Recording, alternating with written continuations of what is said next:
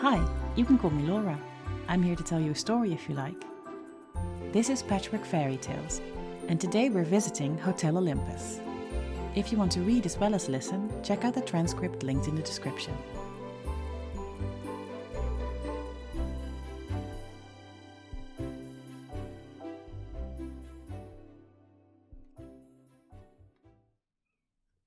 Hotel Olympus, Chapter 7. Weeks upon weeks became months upon months, and Charlie began to find, beyond all expectation, that she had almost gotten used to catering to gods and working alongside people whose names she could barely pronounce and whose understanding of the world seemed at least 3 steps to the left of her own. She should have known, really. A job was a job, a hotel was a hotel, and she thrived in hotels. Even a hotel as improbable as Hotel Olympus. That Monday had a cheerful sort of routine to it. From greeting Argus and Phaeton out front, to catching up with Cassandra at the front desk and quickly checking in on Echo before hunting down her manager. "Morning, Chief," she said with a nod. "Good morning, Charlie," he rumbled. "Anything require my attention?"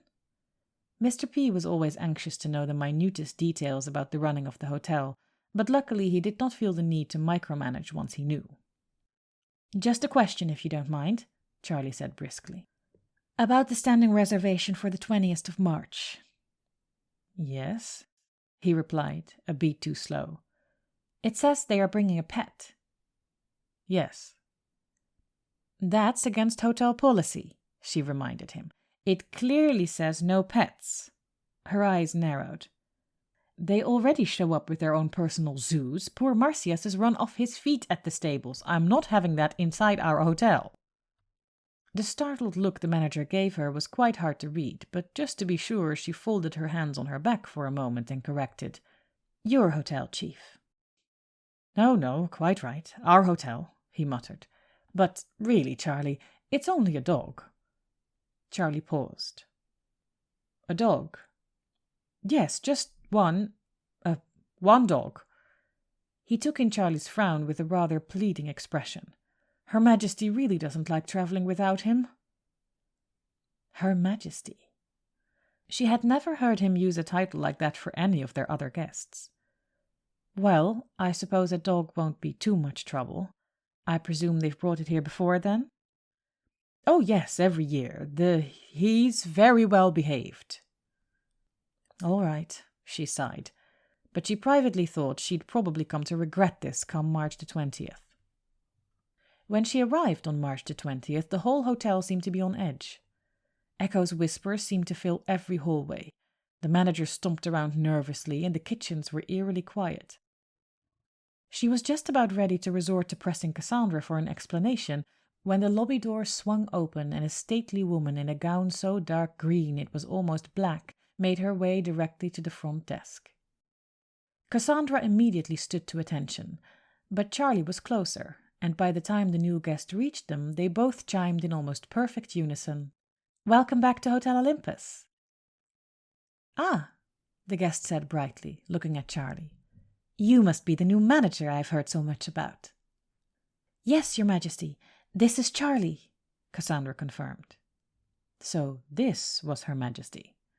Well, she certainly did look the part. "Hello, Charlie," she smiled. "How good to finally meet you." And something in the way she held herself as she said that made Charlie's stomach jolt. Obviously, most of the deities that stayed here acted like guests of honor to a private party, but this woman, well, goddess, didn't act like a guest at all. Oh no, she had owner energy. Charlie stood perfectly straight and almost held her breath. Surely people would have told her if the owner of the hotel was coming to stay.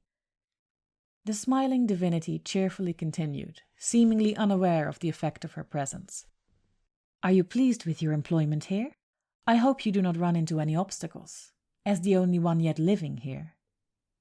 Her nerves ought not to affect her ears. Did she hear that right? Yet living. At that moment the hotel doors opened once again, and a tall, broad-shouldered figure clad in all black, slowly strode inside with a dog at his heels. A large, hulking, 3-headed dog. Charlie felt her cheeks burn. She had been so preoccupied with the dog she had forgotten to worry about its owners. She dropped her gaze, drifting to the cheat sheet tucked out of views of the guests behind the counter. Way at the bottom it said, Hades plus Persephone, god and goddess of the underworld. Death? She looked back up. No, ma'am, she whispered. I'm very happy here. Wonderful, Persephone smiled. That is what I like to hear. She began to idly stroll through the lobby, and Charlie felt compelled to follow. I'm quite proud of this place, you know. So much more constructive than what we used to do. Ah, Charlie desperately sought for the right thing to say. What on earth would the Lord and Lady of the Dead need a hotel for? What is the constructive part, exactly?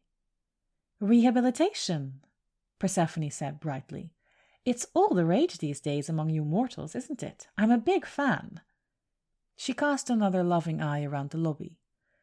I think we managed to find everyone in need of further reform a very fitting position. And for the volunteers, like dear Cassandra, it's a nice reprieve. A helpful change of scenery. Wonderful how that all worked out. She looked at Charlie again, who felt more overwhelmed under her gaze than she had in the face of any other god. Why, look at Damastus. In a way, we owe the inspiration of this whole place to him. Damastus? Charlie repeated, in deep discomfort and deep confusion. She had never heard that name before. Oh, perhaps you know him as Procrustes. She nodded cheerfully towards the manager, who was greeting both her husband and their dog with anxious deference. After all those centuries in Tartarus, who could have thought that giving him a hotel to run again would finally bear fruit? And it so neatly resolved the issues all of us needing to come down here with no temples to house us, too. She chuckled. We might have called it Hotel Hades, but no doubt the others would have taken offense to staying here then. Charlie swayed gently on her feet. She was trying to remember, with increasing desperation, if she had ever seen any of her co-workers leave the hotel before her. She couldn't. And no matter how punctual she was always the last to arrive. Or so she had thought. She glanced back towards the desk. Cassandra met her eyes with an embarrassed smile. She was still struggling for composure when Hades himself, tall and grave and silent, came to stand at Persephone's side. She fondly took his arm. Is our suite ready? And Charlie, with a relief that came from the very depth of her soul, gratefully fell back on her usual script. Certainly, ma'am, she smiled. The bridal suite decorated in spring colors and a bowl of ripe pomegranates on the nightstand. A job was a job, and a hotel was a hotel, and you could get used to anything. If you'll step this way, I will personally escort you to your suite and see that everything is exactly to your liking.